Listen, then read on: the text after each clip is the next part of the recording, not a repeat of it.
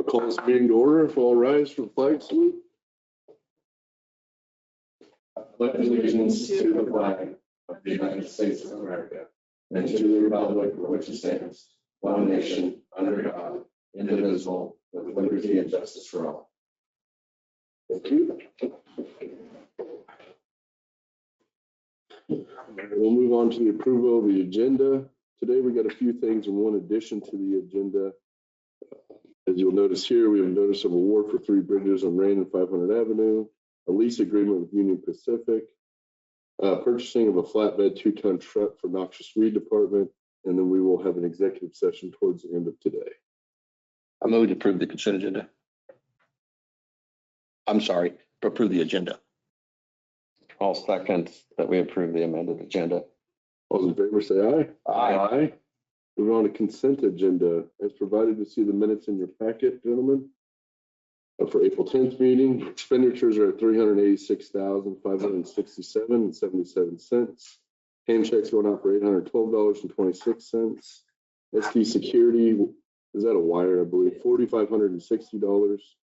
Utilities of $10,074.64.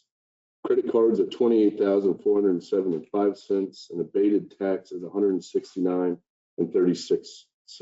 Do I have a motion to approve the consent agenda? I'll make a motion to approve the consent agenda. Second. All those in favor say aye. Aye. Moving on to commissioner comments and committee reports. We'll start at the end with you, Ron.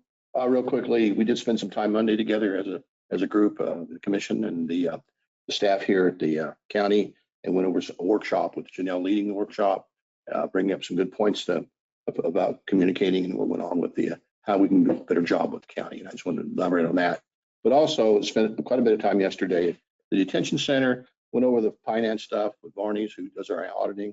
Things are looking pretty good. We have also located another facility to take care of some of the inmates. Ottawa County will be handling the excess inmates that we have. So that's worked out pretty good too. So that's all I have. Lynn, do you want to go ahead? I also attended the retreat on Monday, and of course the department heads were there, and Janelle had got everything organized and other elected officials. So it was a good time to kind of have some discussions, just kind of an overview of things that are happening. And also this coming week, I'll be attending a conference for county commissioners in Manhattan, and that's all I have. Thank you, Lynn. I also attended the retreat with everybody. I thought it was a great conversation. Should make some good conversation during budgeting this year, so we'll see how things go.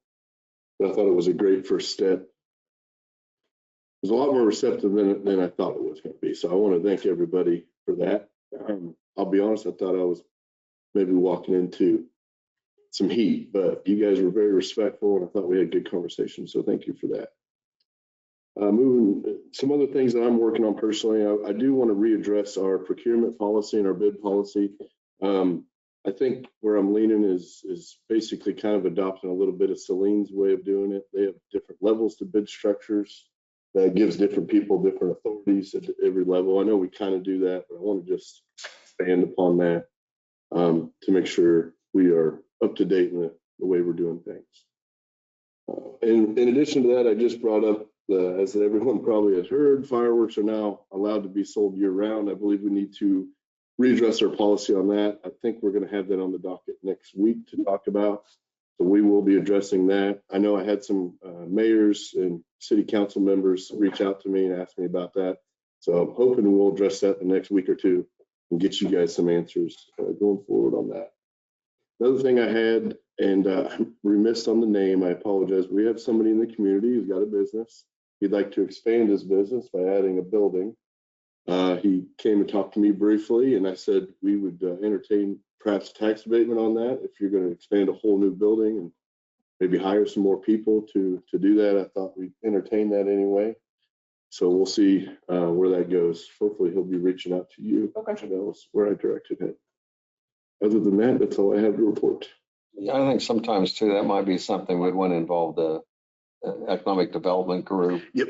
And one of the advantages is if we do have some policy in place, maybe there's someone else out there that would become a tipping point or might hurt their interest even more for an expansion. But just as long as we have kind of the fairness and consistency, and Absolutely.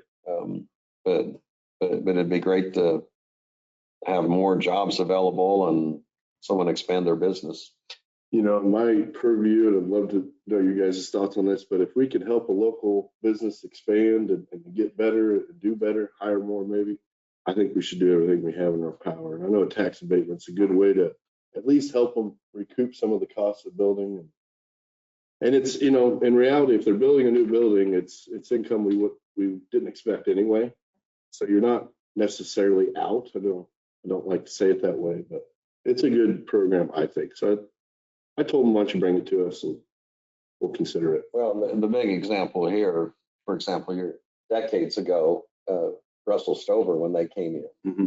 and it was like, wow, but they don't have to pay taxes or as much. It was a graduated scale for 10 years. But then once that 10 years was up, that building is still there and it's on the tax rolls and the employment is still there. So, And I think we've seen this long term.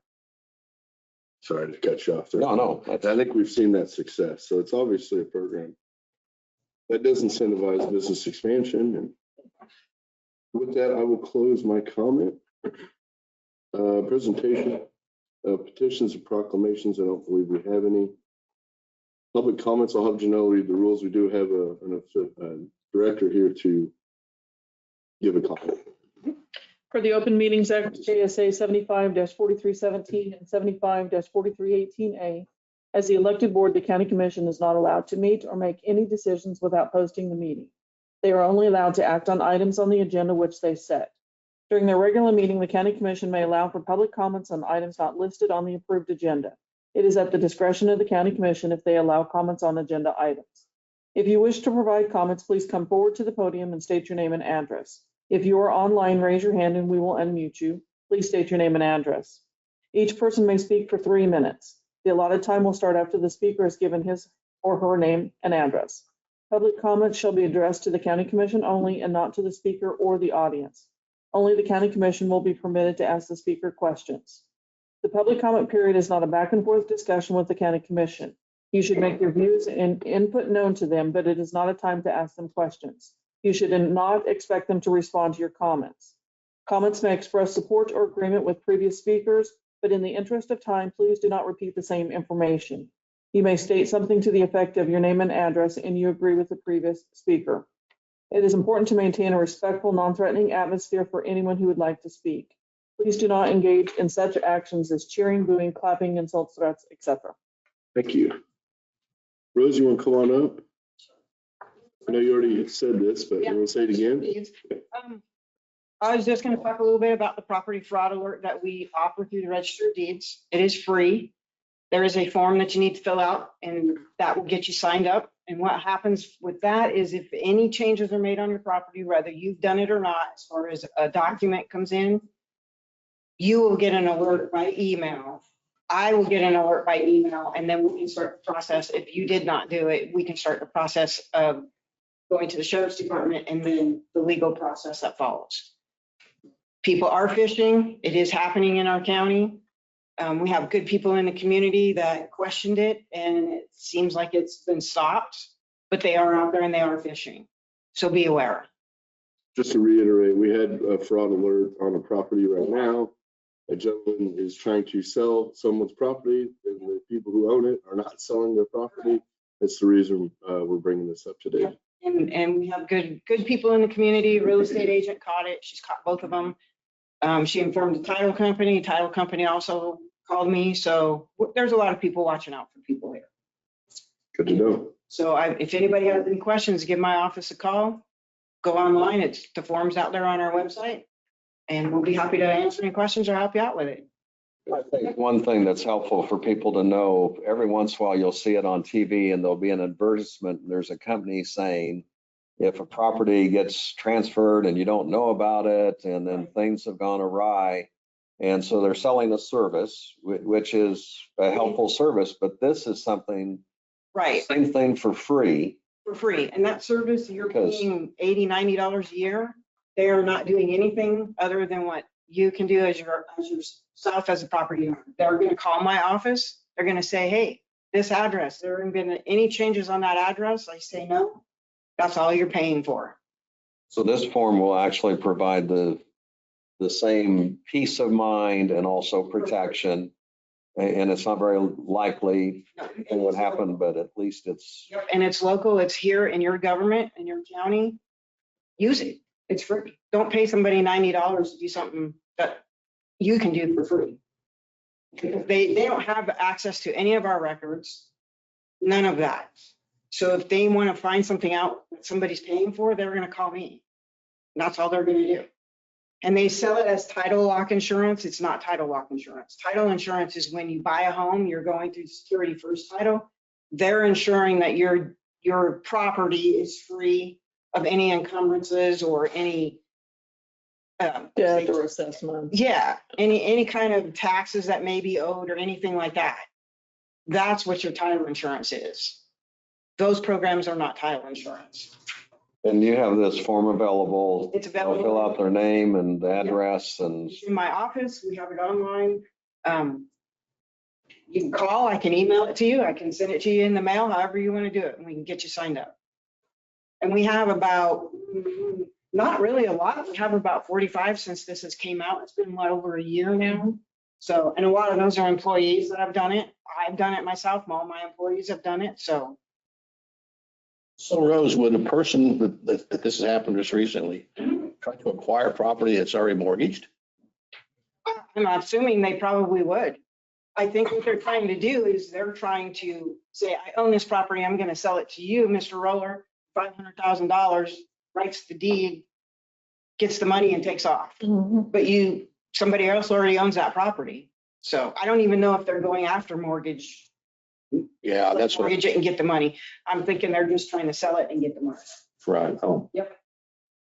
But, Interesting. yeah, they're pretty smart because they can get driver's license information and social security information. I mean, they're crooks. That's what they do. No. So be vigilant as a property owner. And for the public to know, we have turned this over to the sheriff's department for investigation, and we're doing everything we can to figure out, identify who this is. I'm doing what I Do what we can can. to help the property owner get the process started. And because of the two that I'm aware of, I know about them now. I know the names that I'm looking for. So if something does come across, I can contact those people personally and say, let's go with this. Go to the sheriff right now and I'll take the document to the sheriff myself. We'll get the process started. I can do as much as I can do, and then after that, it's all legalities. From other parts of the country that they did this inquiry, or international, or do you even know? I have no idea. It could be somebody from another country. It could be somebody from back east or on the west coast, or even somebody in our own neighborhood. I don't know. More than likely, it's somebody not from here. And they're looking at agricultural land out in the middle of nowhere that they think they can get away with it. Because that's what it was. Oh. Big chunks of property. So. It happens. I know one of the biggest frauds in history was a guy who sold an airport Yep. to a government. Yep. It didn't exist. I know, if you guys are curious, you want to go down a rabbit hole, go research that. It's That's a not pretty matter of interesting if it one. will happen, it's a matter of when it's going to happen. It can't happen. Obviously, it's happening. So we'll do what we can do to help, but there's only so many things I can do. So I'll do what I can. Thank you, Rose. You're welcome. Moving on to reports by county officers. We'll start with county administrator. Oh, Was there anyone online that wanted to make a comment? I didn't see any, but. No, there's just some hands raised. Okay. Moving on to reports by county officers. Let's start with county administrator Janelle Dockendorf. Commissioners, the Assistant County Administrator and Finance Director, he's working with the departments for fiscal year 26 budget prep. And we'll start the meetings here in May with the outside organizations, and then reviewing department budgets and capital plan and whatnot as our process. As Martin had reported earlier, they are spraying noxious weeds in the northern part of the county, in the northwestern part of the county. We do have county staff assisting with the Eisenhower Marathon, which is this weekend. So everybody be prepared for that.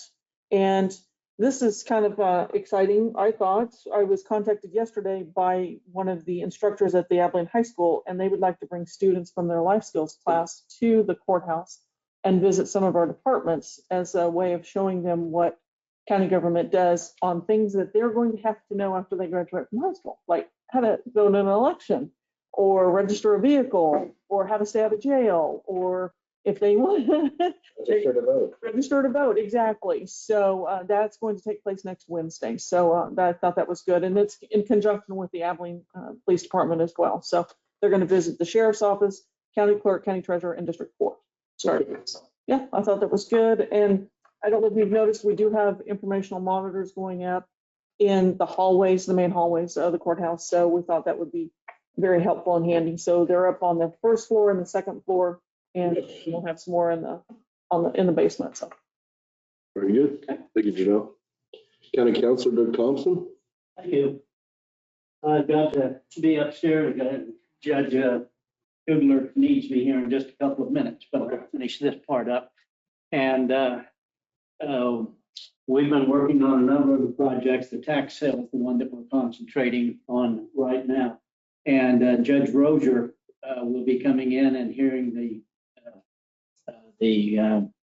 part of the tax problem here. And so that'll be on the 25th.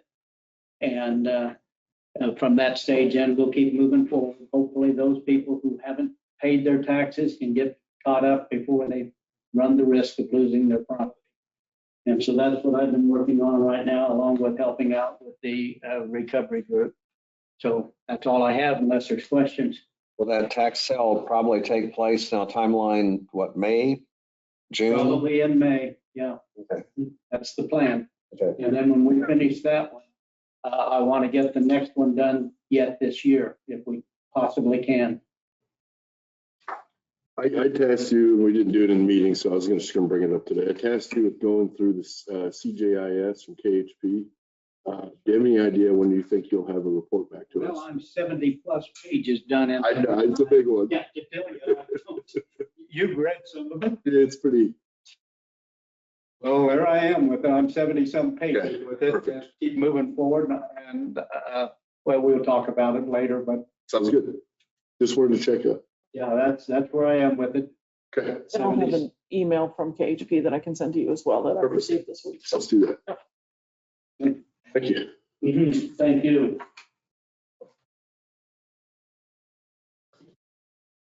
All right, moving on to the next.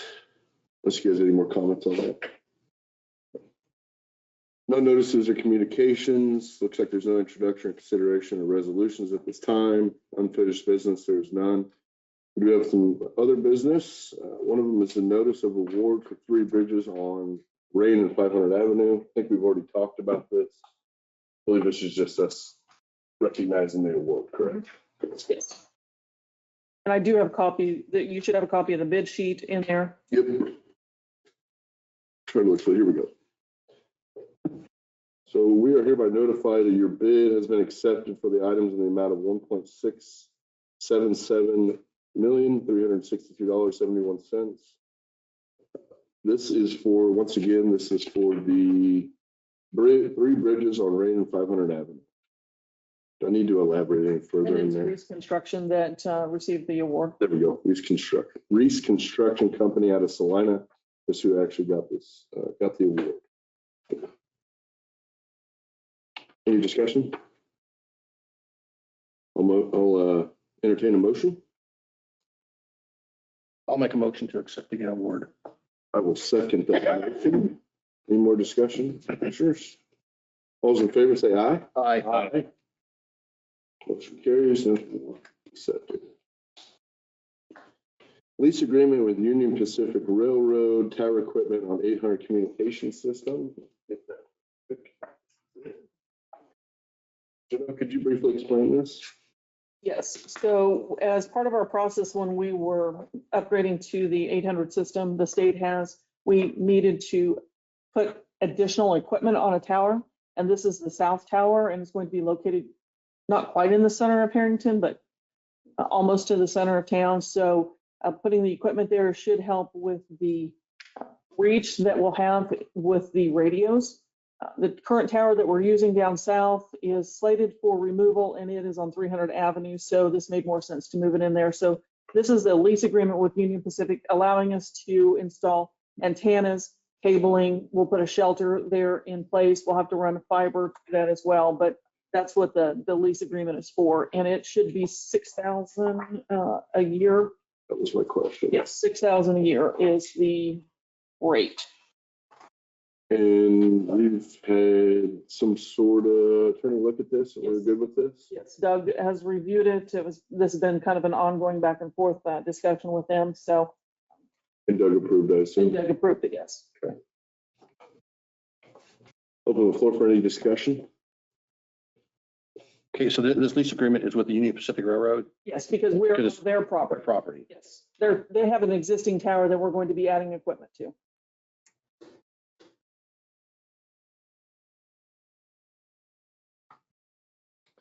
It's part of a larger discussion, but pretty straightforward. Obviously, we gotta put our tower up so that we can have communication. I'm also told this spot should be a lot better for building communications. Sounds like we won't have an issue having spotty reception. That's not the right way to say it, but in buildings down there as well. So it's going to help us communicate a lot better as well. I would go ahead and make the motion that we enter the lease agreement with the Union Pacific Railroad for that tower equipment to be placed for the 800 communication system. I'll second it. Any more discussion? Those in favor say aye. Aye. Approved. And that's the electronic signature she should be sending to you. Okay, perfect. Another item that we added to the agenda today was the purchase of a flatbed 2-ton truck for the noxious weed department. This was in study session if anybody was on during that time, but essentially we have a 500-gallon tank right now. When we get to the south part of the county, they are having to run back more and more often. He was quoted 10 to 12 hours a week to spent simply in transit to get the material needed to do the job. To do the job more efficiently, county or highway and road department, I guess public work director Martin Tannehill has expressed that buying a 2-ton truck, putting 1,000 gallons on it, allow us to do the job without having to return during the day, saving us man hours. We're also going to shift the current vehicle that's being used over to be his vehicle that he uses at work. We'll sell the vehicle he currently has that's having a lot of problems, needs to be replaced anyway. We're hoping to get $5,000 to $6,000 on the truck sale. At the end of the day, probably out of pocket, it's about $30,000 investment. But this resolution today is to authorize no more than $30,000 to achieve this. Buying the truck, outfitting it, putting the tank on, and so forth. I'll open it up for any discussion.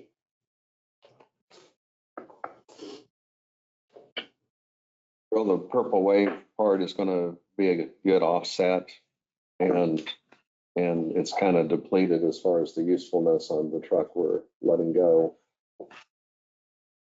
And budget wise, it is within the budget. In fact, we're a year overdue. Why don't you comment? So just to touch on that, this would come out of the noxious weed capital reserve, which has a healthy balance at this time. So it's not something that would require immediate replacement costs. And so this was budgeted. There was budget expense for $60,000 planned for 2024. Martin has found that vehicle we analyze those as we put those into the system. Doesn't mean we're necessarily going to replace those. Looks like he thinks probably won't be looking to replace that truck until about 2027. So we were able to shift a little bit in order to take care of this need here. And so this will basically replace that cost with about half as much. And so I think it's going to be a good opportunity to become more efficient for the noxious weed department. And as we work through that budget, we'll review. There's not a lot of capital equipment actually in the noxious weed department, so that $540,000 is really a healthy balance for what we've got there. So we'll go over that capital fund here coming up with the budget process, and you'll see that I think we can manage with that $500,000 balance pretty well over the next 4 to 5 years, which then will have a something in place to where we're able to at least recuperate some of those funds as we move forward. So, but it should not be an immediate cost to taxpayers or property tax or anything like that. Cool, thank you. Before we declare that other surplus though, Martin, with the go ahead with this, when would we have the truck and the equipment and be ready to roll on this? As far as, 30 days.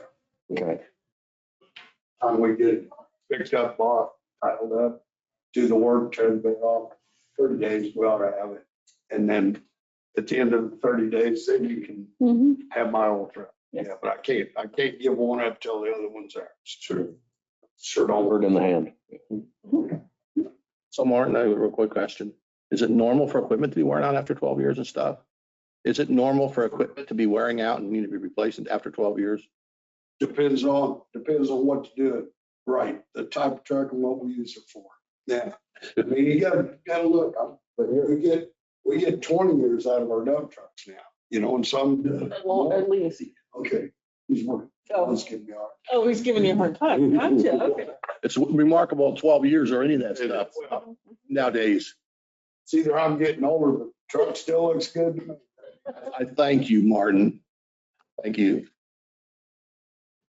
I'd go ahead and make the motion that we make this purchase on the truck and the sprayer and that it would not exceed the $30,000 mark.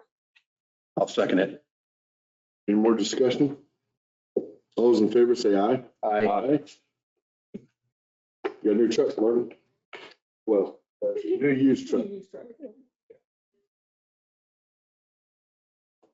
No, I think that's great. If we're gonna make things more efficient, there's no sense in paying someone a quarter of their time to drive back and forth if we can help it. So it makes a lot of sense. Sorry, I made you go through a little bit more work to get it done, but Right. Mhm. Very happy to show. thank you, Martin. Martin will be in this. Yes. So it'll be everybody except for Doug. It's not going to be here, but that's not a problem. So with that, I move the county commission recess into executive session for 20 minutes for the preliminary discussion and acquisition of real property for the Public Works Department pursuant with KSA 75-4319B6. The executive session shall include county commission, county administrator, assistant county administrator, finance director, public works director, and county council. I don't believe county council will be here for this, though. Regular meeting will resume in this room at 11:48 p.m. Do I have a second? Second it. All those in favor? 11:48 a.m. Sorry. 11:48 a.m. A long day. All those in favor say aye. Aye. Would be a long day. Where's the lunch? Where's the lunch? Roll Roll it. Yes, yes. Thank you.